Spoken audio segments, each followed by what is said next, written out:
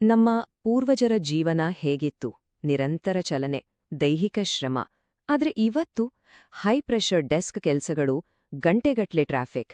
ಹೀಗಿರುವಾಗ ನಮ್ಮ ಆಧುನಿಕ ಜೀವನ ಯಾಕಿಷ್ಟು ಸುಸ್ತಾಗಿಸ್ತೆ ಅನ್ನೋದು ಒಂದು ದೊಡ್ಡ ಪ್ರಶ್ನೆ. ಇದು ಇವತ್ತಿನ ಜೀವನದ ಒಂದು ಅಲಿಖಿತ ನಿಯಮದಂತೆ ಆಗಿದೆ. ಬನ್ನಿ, ಇಂದು ಇದರ ಹಿಂದಿನ ನಿಜವಾದ ಕಾರಣವನ್ನ ಅರ್ಥ ಮಾಡ್ಕೊಳ್ಳೋಣ. ಈ ಎರಡು ಚಿತ್ರಗಳನ್ನು ಒಮ್ಮೆ ನೋಡಿ.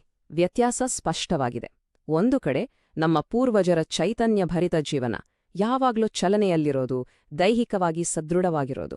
ಇನ್ನೊಂದ್ ಕಡೆ ನಮ್ಮ ಇವತ್ತಿನ ಸ್ಥಿತಿ, ಬೆಂಗಳೂರಿನ ಐಟಿ ಕಾರಿಡಾರುಗಳಲ್ಲಿ ಡೆಸ್ಕ್ಗಳಿಗೆ ಅಂಟ್ಕೊಂಡಿರೋದು ಅಥವಾ ಮುಂಬೈನ ಟ್ರಾಫಿಕ್ನಲ್ಲಿ ಗಂಟೆಗಟ್ಲೆ ಸಿಕ್ಕೊಳ್ಕೊಳ್ಳೋದು. ನಾವು ಚಲನೆಯಿಂದ ನಿಶ್ಚಲತೆಗೆ ಬಂದಿದ್ದೇವೆ. ಇದರಿಂದ ನಮ್ಮ ದೇಹದ ಚಯಾಪಚಯ ಕ್ರಿಯೆ ಅದು ಒಂದ್ರೀತಿ ನಿಂತ್ಹೋದ ಹಾಗೆ, ಒಂದು ತರದ ಜೈವಿಕ ಶಿಶಿರಸುಪ್ತಿಗೆ ಜಾರಿದೆ.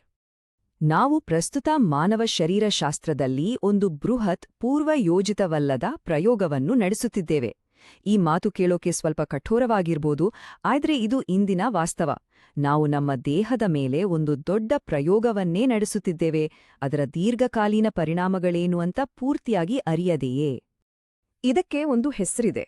ಅದನ್ನೇ ಸೆಡೆಂಟ್ರಿ ಪೆನಾಲಿಟಿ, ಅಂದ್ರೆ ಜಡಜೀವನದ ದಂಡ ಅಂತ ಕರೆಯೋದು. ಇದು ಸೋಮಾರಿತನದ ವಿಷಯವೇ ಅಲ್ಲ. ಬದಲಾಗಿ ಇದು ನಮ್ಮ ಇವತ್ತಿನ ಜೀವನ ಶೈಲಿಗಾಗಿ ನಮ್ಮ ದೇಹ ತೆರುತ್ತಿರುವ ಒಂದು ಕಾಣದ ಜೈವಿಕ ತೆರಿಗೆ. ಹಾಗಿದ್ರೆ ನಿಜವಾಗ್ಲೂ ಈ ರೀತಿ ಗಂಟೆಗಂಟ್ಲೆ ಕೂರುವುದರಿಂದ ಆಗುವ ನಷ್ಟವಾದ್ರೂ ಏನು? ಆ ಪ್ರಶ್ನೆ ನಮ್ಮನ್ನು ವಿಜ್ಞಾನದ ಇನ್ನಷ್ಟು ಆಳಕ್ಕೆ ಕರೆದೊಯ್ಯುತ್ತೆ. ಇದರ ಉತ್ತರ ಸಿಗೋದು ಸಾರ್ಕೋಪೀನಿಯಾ ಅನ್ನೋ ಒಂದು ವೈದ್ಯಕೀಯ ಪದದಲ್ಲಿ.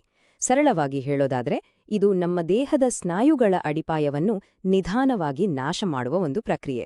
ನೆನ್ಪಿಡಿ, ಸ್ನಾಯುಗಳು ನಮ್ಮ ದೀರ್ಘಾಯುಷ್ಯ ಮತ್ತು ಚಯಾಪಚಯ ಕ್ರಿಯೆಗೆ ಬೇಕಾದ ಅತ್ಯಮೂಲ್ಯ ಆಸ್ತಿ. ಸಾರ್ಕೋಪೀನಿಯಾ ನಮ್ಮ ವಯಸ್ಸಾಗುವ ಪ್ರಕ್ರಿಯೆಯನ್ನು ಒಳಗಿನಿಂದಲೇ ವೇಗಗೊಳಿಸುತ್ತೆ. ಈ ಸಂಖ್ಯೆ ನಿಜಕ್ಕೂ ಆಘಾತಕಾರಿ. 90%. NHANS ಡೇಟಾ ಪ್ರಕಾರ ದಿನಕ್ಕೆ 9 ಗಂಟೆಗಳಿಗಿಂತ ಹೆಚ್ಚು ಕಾಲ ಕೂರುವುದರಿಂದ ಸ್ನಾಯು ನಷ್ಟದ ಅಪಾಯ ಇಷ್ಟು ಪ್ರಮಾಣದಲ್ಲಿ ಹೆಚ್ಚಾಗುತ್ತೆ. ಇದು ಕೇವಲ ಒಂದು ಅಂಕಿಅಂಶವಲ್ಲ, ನಮ್ಮ ದೇಹ ನಮ್ಗೆ ಕೊಟ್ಟಿರೋ ಒಂದು ಸ್ಪಷ್ಟ ಎಚ್ಚರಿಕೆಯ ಗಂಟೆ. ಈ ಚಾರ್ಟ್ ನೋಡಿದ್ರೆ ನಮಗೆ ಸ್ಪಷ್ಟವಾಗಿ ಗೊತ್ತಾಗುತ್ತೆ. ದಿನಕ್ಕೆ 6ರಿಂದ 9 ಗಂಟೆ ಕೂರೋದ್ರಿಂದ ನಮ್ಮ ಚಯಾಪಚಯ ಕ್ರಿಯೆಯಲ್ಲಿ ಸಣ್ಣಗೆ ಕುಸಿತ ಶುರುವಾಗುತ್ತೆ. ಆದ್ರೆ ಒಮ್ಮೆ ಆ 9 ಗಂಟೆಗಳ ಗಡಿ ದಾಟಿದ್ರೆ ಸಾಕು, ಸ್ನಾಯು ನಷ್ಟದ ಅಪಾಯದ ಮಟ್ಟ ಎಲ್ಲಿಗೋಗುತ್ತೆ ನೋಡಿ, ಅದು ತೀವ್ರವಾಗಿ ಹೆಚ್ಚಾಗುತ್ತೆ. ನಮ್ಮ ಭಾರತೀಯರ ವಿಷಯಕ್ಕೆ ಬಂದ್ರೆ ಇದು ಇನ್ನಷ್ಟು ಮುಖ್ಯವಾಗುತ್ತೆ. ಯಾಕಂದ್ರೆ ಇದು ಥಿನ್ ಫ್ಯಾಟ್ ಫಿನೋಟೈಪ್ ಅನ್ನೋ ಸ್ಥಿತಿಗೆ ಕಾರಣವಾಗುತ್ತೆ. ಅಂದ್ರೆ ಹೊರಗಿನಿಂದ ನೋಡೋಕೆ ಸಣ್ಣಗೆ, ಆರೋಗ್ಯವಾಗಿಯೇ ಕಂಡ್ರೂ ದೇಹದ ಒಳಗೆ ಕಡಿಮೆ ಸ್ನಾಯು ಮತ್ತು ಹೆಚ್ಚು ಆಂತರಿಕ ಕೊಬ್ಬು ಶೇಖರಣೆಯಾಗಿರುತ್ತೆ. ಈ ಸ್ನಾಯುಗಳ ರಕ್ಷಾಕವಚ ಇಲ್ಲದಿದ್ದಾಗ ನಮ್ಮ ದೇಹ ಜಡಜೀವನದಿಂದಾಗುವ ಹಾನಿಯನ್ನು ತಡೆಯೋಕೆ ಅಸಮರ್ಥವಾಗುತ್ತೆ. ಸರಿ, ಈ ಹಾನಿ ಬರೀ ಸ್ನಾಯುಗಳಿಗೆ ಸೀಮಿತವಾಗಿಲ್ಲ. ನಾವು ಇನ್ನೂ ಆಳಕ್ಕೆ ಹೋಗ್ಬೇಕಾಗುತ್ತೆ. ನಮ್ಮ ದೇಹದ ಇಂಜಿನ್ ರೂಮ್ ಅಂತಾನೆ ಕರೆಯಬಹುದಾದ ಜೀವಕೋಶಗಳ ಮಟ್ಟಕ್ಕೆ. ಬನ್ನಿ, ನಮ್ಮ ದೇಹದೊಳಗಿನ ಈ ಸೂಕ್ಷ್ಮ ಜಗತ್ತಿನಲ್ಲಿ ಒಂದು ಸಣ್ಣ ಪಯಣ ಮಾಡೋಣ. ನಮ್ಮ ದೇಹದೊಳಗೆ ಒಂದು ಸರಪಳಿ ಕ್ರಿಯೆ ನಡೆಯುತ್ತೆ. ಮೊದಲಿಗೆ ಒತ್ತಡ ಮತ್ತು ನಿಷ್ಕ್ರಿಯತೆ ನಮ್ಮ ಡಿಎನ್ಎಯ ರಕ್ಷಣಾ ಕವಚವಾದ ಟೆಲೋಮಿಯರ್ಗಳನ್ನ ಕುಗ್ಗಿಸುತ್ತೆ. ನಂತರ ಇದು P53 ಅನ್ನೋ ಪ್ರೋಟೀನ್ಗೆ ಒಂದು ಎಚ್ಚರಿಕೆಯ ಸಂಕೇತ ಕಳುಹಿಸುತ್ತೆ. ಇದರಿಂದ ಏನಾಗುತ್ತೆ ಅಂದ್ರೆ, ನಮ್ಮ ಜೀವಕೋಶಗಳ ಶಕ್ತಿ ಕೇಂದ್ರಗಳಾದ ಮೈಟೊಕಾಂಡ್ರಿಯಾಗಳು ಸ್ವಿಚ್ ಆಫ್ ಆಗುತ್ತೆ. ಕೊನೆಗೆ ಇದರ ಅಂತಿಮ ಪರಿಣಾಮವೇ ಝಾಂಬಿ ಸೆಲ್ಸ್ ಅಥವಾ ನಿಷ್ಕ್ರಿಯ ಜೀವಕೋಶಗಳ ಸೃಷ್ಟಿ. ಈ ಝಾಂಬಿ ಸೆಲ್ಸ್ ಅಂದ್ರೆ ಒಂದು ರೀತಿ ಹಾಳಾದ, ಆದ್ರೂ ಸಾಯಕ್ಕೆ ಒಪ್ಪದ ಜೀವಕೋಶಗಳು. ಇವು ಉರಿಯೂತದ ಸಂಕೇತಗಳನ್ನು ಹೊರಸೂಸುತ್ತಾ ತಮ್ಮ ಸುತ್ತಮುತ್ತಲಿರುವ ಆರೋಗ್ಯಕರ ಜೀವಕೋಶಗಳಿಗೂ ಹಾನಿ ಮಾಡುತ್ತವೆ.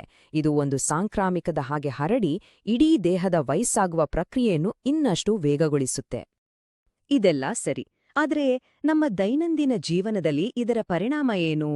ಅದೇ ನೋಡಿ, ಇಡೀ ವಾರ ಮೀಟಿಂಗ್ ಮೇಲೆ ಮೀಟಿಂಗ್ ಅಂತ ಅಟೆಂಡ್ ಮಾಡಿ ಆದ್ಮೇಲೆ ತಲೆ ಮಂಜು ಕವಿದ ಹಾಗೆ ಆಗತ್ತಲ್ಲ, ಏಕಾಗ್ರತೆ ಮಾಡೋಕೆ ಕಷ್ಟ ಆಗುತ್ತಲ್ಲ. ಅದಕ್ಕೆ ಕಾರಣ ಇದೇ ಕೋಶೀಯ ಹಾನಿ. ಮೆದುಳಿಗೆ ರಕ್ತ ಸಂಚಾರ ಕಡಿಮೆಯಾಗಿ ಈ ರೀತಿ ಆಗತ್ತೆ. ಆದ್ರೆ ಇಲ್ಲೊಂದು ಒಳ್ಳೆ ಸುದ್ದಿ ಇದೆ. ನಮ್ಮ ದೇಹ ಸುಮ್ನೆ ಕೂರೋದಿಲ್ಲ. ಈ ಸಮಸ್ಯೆಯನ್ನು ಎದುರಿಸಲು ಅದರೊಳಗೆ ಒಂದು ಅದ್ಭುತವಾದ ಶುಚಿತ್ವದ ತಂಡವೇ ಇದೆ. ಅದು ಹೇಗೆ ಹೋರಾಡುತ್ತೆ ಅಂತ ಈಗ ನೋಡೋಣ. ಇದನ್ನ ಸೆಲ್ ಮೀಡಿಯೇಟೆಡ್ ಇಮ್ಯುನಿಟಿ ಅಂತ ಕರೀತಾರೆ. ಇದನ್ನ ನಮ್ಮ ದೇಹದ ಮೈಕ್ರೋಸ್ಕೋಪಿಕ್ ಕ್ವಾಲಿಟಿ ಕಂಟ್ರೋಲ್ ಟೀಮ್ ಅಂತ ಅಂದ್ಕೋಬಹುದು. ಇದರ ಮುಖ್ಯ ಕೆಲ್ಸವೇನು ಅಂದ್ರೆ ಈ ಝಾಂಬಿ ಸೆಲ್ಸ್ಗಳನ್ನ ಗುರುತಿಸಿ ಅವುಗಳನ್ನ ನಾಶ ಮಾಡಿ ನಮ್ಮ ಅಂಗಾಂಶಗಳ ಯೌವನವನ್ನ ಕಾಪಾಡೋದು. ಇದನ್ನ ಅರ್ಥ ಮಾಡ್ಕೊಳಕ್ಕೆ ಒಂದು ಸುಲಭ ಉದಾಹರಣೆ ಇದೆ. ಒಂದು ಕಡೆ ಪೌಷ್ಟಿಕಾಂಶ ಅಂದ್ರೆ ವಿಟಮಿನ್ಗಳು, ಇವು ಕಟ್ಟಡ ಕಟ್ಟೋಕೆ ಬೇಕಾದ ಕಚ್ಚಾ ವಸ್ತುಗಳಿದ್ದ ಹಾಗೆ. ಇನ್ನೊಂದು ಕಡೆ ಇದೆ ಇಮ್ಯೂನ್ ಇಂಟೆಲಿಜೆನ್ಸ್ ಅಂದ್ರೆ ಟ್ರಾನ್ಸ್ಫರ್ ಫ್ಯಾಕ್ಟರ್ಸ್. ಇವು ಆ ಕಚ್ಚಾ ವಸ್ತುಗಳನ್ನ ಹೇಗೆ ಬಳಸ್ಬೇಕು ಅಂತ ಹೇಳಿಕೊಡೋ ತರಬೇತುದಾರರಿದ್ದ ಹಾಗೆ. ಎರಡೂ ಬೇಕು, ಆದ್ರೆ ಎರಡರ ಕೆಲಸವೂ ಬೇರೆ ಬೇರೆ.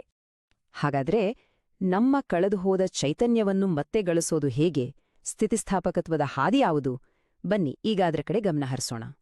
ಇದು ಕೇವಲ ಒಂದೇ ಒಂದು ಪರಿಹಾರದ ವಿಷಯವಲ್ಲ, ಬದಲಾಗಿ ಇದು 4 ಮುಖ್ಯ ಸ್ತಂಭಗಳ ಮೇಲೆ ನಿಂತಿದೆ. ಪ್ರತಿದಿನವೂ ಸಣ್ಣಪುಟ್ಟ ಚಲನೆ, ದೇಹಕ್ಕೆ ಪುನಶ್ಚೇತನ ನೀಡುವ ವಿಶ್ರಾಂತಿ, ಬುದ್ಧಿವಂತಿಕೆಯಿಂದ ಕೂಡಿದ ಪೋಷಣೆ ಮತ್ತು ಕೊನೆಯದಾಗಿ ಗುರಿ ನಿರ್ದೇಶಿತ ಕೋಶೀಯ ಬೆಂಬಲ.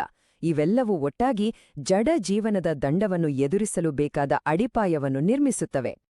ನಮ್ಮ ದೇಹದಲ್ಲಿ ಒಂದು ರಿಕವರಿ ಥರ್ಮಾಸ್ಟ್ಯಾಟ್ ಇದೆ ಅಂತ ಊಹಿಸ್ಕೊಳ್ಳಿ. ಜಡಜೀವನದಿಂದಾಗಿ ಅದರ ಸೆಟ್ಟಿಂಗ್ಸ್ ಬದಲಾಗಿರುತ್ತೆ. ಅದನ್ನ ಕೋಶೀಯ ಮಟ್ಟದಲ್ಲಿ ಮತ್ತೆ ಸರಿಪಡಿಸಲು ಒಂದು ನಿರ್ದಿಷ್ಟವಾದ ತಂತ್ರ ಬೇಕಾಗುತ್ತೆ. ಈ ಚಾರ್ಟು ಒಂದು ಸಮಗ್ರ ಚೇತರಿಕೆಯ ವ್ಯವಸ್ಥೆಯನ್ನೇ ತೋರಿಸುತ್ತೆ. ರೋಗ ನಿರೋಧಕ ಬುದ್ಧಿಮತ್ತೆಯು ಹಳೆಯ ಜೀವಕೋಶಗಳನ್ನು ತೆಗೆದುಹಾಕುತ್ತೆ, ಮೈಟೊಕಾಂಡ್ರಿಯಾಗೆ ಸಿಗುವ ಬೆಂಬಲವು ಶಕ್ತಿ ಕೇಂದ್ರಗಳನ್ನು ಮತ್ತೆ ಕಟ್ಟುತ್ತೆ, ಮತ್ತು ಆಂಟಿಆಕ್ಸಿಡೆಂಟ್ ರಕ್ಷಣೆಯು ಮತ್ತಷ್ಟು ಹಾನಿಯಾಗದಂತೆ ನಮ್ಮನ್ನು ಕಾಪಾಡುತ್ತೆ.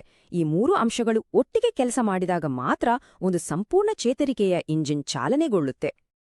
ಸರಿ, ಇಲ್ಲೊಂದು ಪ್ರಶ್ನೆ ಬರಬಹುದು. ದಿನಕ್ಕೆ 10 ಗಂಟೆ ಕೂತು ಕೆಲಸ ಮಾಡ್ತೀನಿ, ಸಂಜೆ 1 ಗಂಟೆ ಜಿಮ್ಗೆ ಹೋದ್ರೆ ಎಲ್ಲ ಸರಿ ಹೋಗುತ್ತಾ? ಉತ್ತರ ಅಷ್ಟು ಸರಳವಲ್ಲ. ಈ ಮಾತು ಬಹಳ ಮುಖ್ಯ. 10 ಗಂಟೆಗಳ ಜಡ ಜೀವನದ ಸಾಲವನ್ನು ಕೇವಲ ವ್ಯಾಯಾಮದಿಂದ ತೀರಿಸಲಾಗುವುದಿಲ್ಲ. ಅದಕ್ಕೆ ಒಂದು ಕೋಶೀಯ ತಂತ್ರದ ಅಗತ್ಯವಿದೆ. ಅಂದ್ರೆ ದೈಹಿಕ ವ್ಯಾಯಾಮದ ಜೊತೆಗೆ ಒಂದು ಆಳವಾದ ಜೈವಿಕ ರೀಸೆಟ್ ಕೂಡ ಬೇಕಾಗುತ್ತೆ.